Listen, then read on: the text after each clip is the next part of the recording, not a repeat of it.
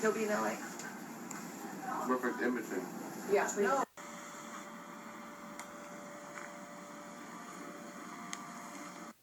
Hey guys, little updates. This is my second full night in the hospital. I just had surgery on my leg, got some screws in it. Everyone's okay, everyone's alive. It really sucks not being able to upload YouTube videos, but I just guess I'm gonna have to get used to it. I'm gonna come back even stronger though. I'm so tired. Yeah, g'day. How are we all doing today? What is up, guys? It is your boy Scooter Brad here. Welcome to the 79th episode of Scoot Review. Let's go. But behind closed doors, I'm a fool for your love.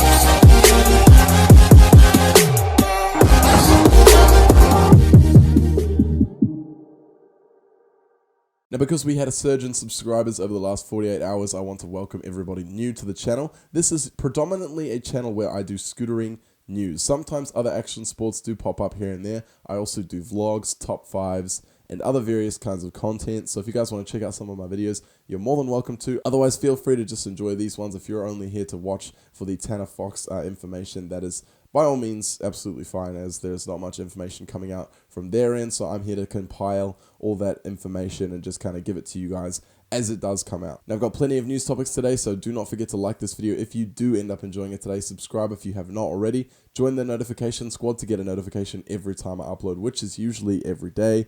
And with that being said, let's get right into the scootering news. The first news topic on today's show, more information has surfaced about the Tanner Fox car crash. Now, I want to clear up a few things that were mentioned in the last video and that have been surfacing around Twitter and things like that. For one thing, the GTR, it was not involved in the car crash. So many people are tweeting out at Tanner Fox saying, is the GTR okay? Was it in the GTR? Guys, why do you care so much about the car? A car is replaceable. A life is not.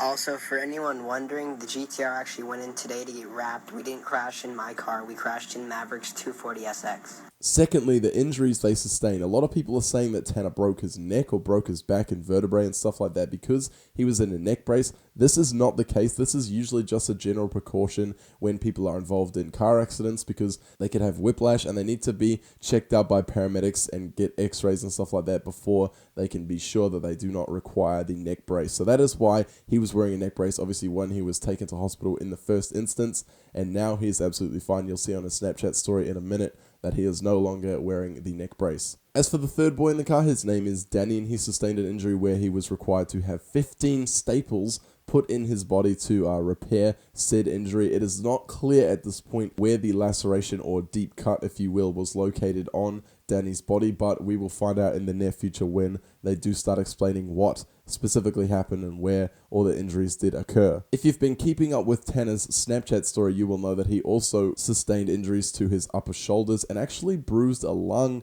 from wearing his seatbelt as well on the way off the cliff. So the only injuries I got out of this, I split my chin open, I broke my leg, and then I have a few marks on my shoulders, and I bruised my lungs from the seatbelt. I also want to say thank you guys so much for all the comments and the love and support. It's really helped me out going through all your comments.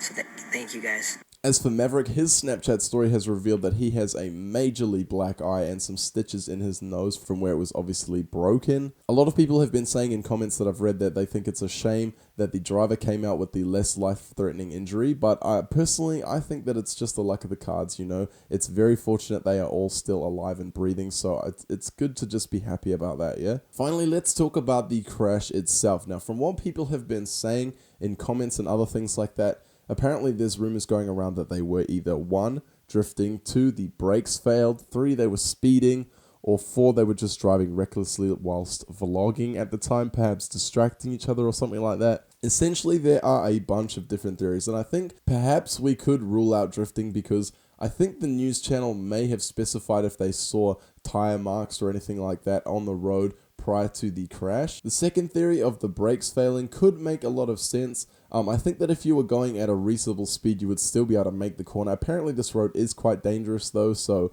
it's unclear at this point, like, if that was the true factor behind the incident. Thirdly, they could have been speeding. Now, obviously, younger kids like 16 to 18, 20-ish are obviously more well known for speeding, and speeding is obviously a very highly common cause of a car crash. So, I mean, that could have been one of the factors. We do not know anything in concrete evidence at this point. And fourthly, they could have been vlogging at the time. I know it's extremely distracting when you have passengers in your car and they're talking and they're doing all sorts of movement, like sticking cameras in each other's faces and stuff like that. I personally have had to deal with that. I've literally had to ask my friends to stop, like horsing around inside my car whilst I'm driving, because it's very, very distracting, and it can be a very easy cause of a car crash, especially on a windy road in the middle of the night. If you're not paying the full utmost attention to the road, you can just veer off it just like that. So it's definitely a possibility.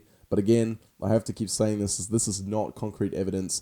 None of this is concrete evidence. It's simply the discussion about the information that has been compiled. At this point, there is no concrete evidence as of right now. Now, Tanner Fox has stated on Twitter that they were not drifting. Have some respect. Now, personally, I hope that they were not drifting. That would have been very, very irresponsible, and that would have been highly dangerous and also illegal at the time. Although it is a lot of fun and it does look really awesome, there's a time and a place for drifting, and in an uncontrolled, unsafe environment, it's just not the time and place to be drifting. Tanner said on his Snapchat story that he will be making a video on what happened very, very soon. I'm hopefully going to be making a YouTube video about it soon. Everyone's alive. Maverick got out of it okay. Danny had to have a few staples. I had surgery. So I guess we'll see in the next coming days, and hopefully I will have an update for you on Sunday, which is when I do my next Scootering News episode. I do 2 episodes a week for those of you who do not know, Wednesday and Sunday. For all you US viewers, that's usually Tuesday and Saturday, because we are a day ahead of you.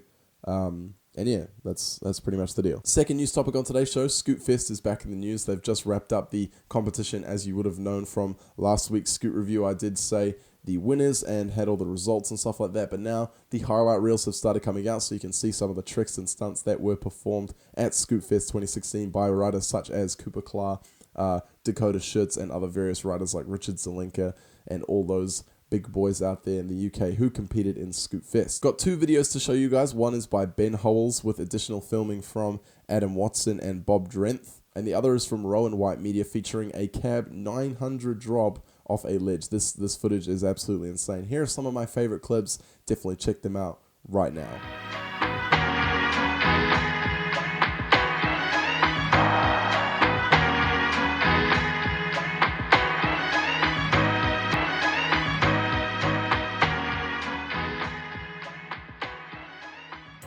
The scootering news has been pretty slow over the last couple of days, other than the Tanner Fox situation, but the third news topic on today's show is that JBS family, or the JBS crew from the UK, is bringing out some brand new apparel. So who is JBS crew, you ask? Well, you've got Ollie Thompson from London, you got Brandon James, who rides for District, also from London, Corey Wakeman, we've got Cons, Brad Ackerman, and Ryan Scott. Now, these guys sell a lot of awesome stuff. They've got bucket hats and hoodies and stuff like that. They've got some really awesome clothing on their website. I will leave a direct link down in the description below, and you can also check out some of their Instagram feeds. So you can definitely check out some of the content. I will leave all the links down in the description below. So that's pretty much it for the news today, guys. Don't forget to add me on Snapchat, follow me on Instagram, subscribe to the channel, join the notification squad, and hit up the Facebook group Scoot Review.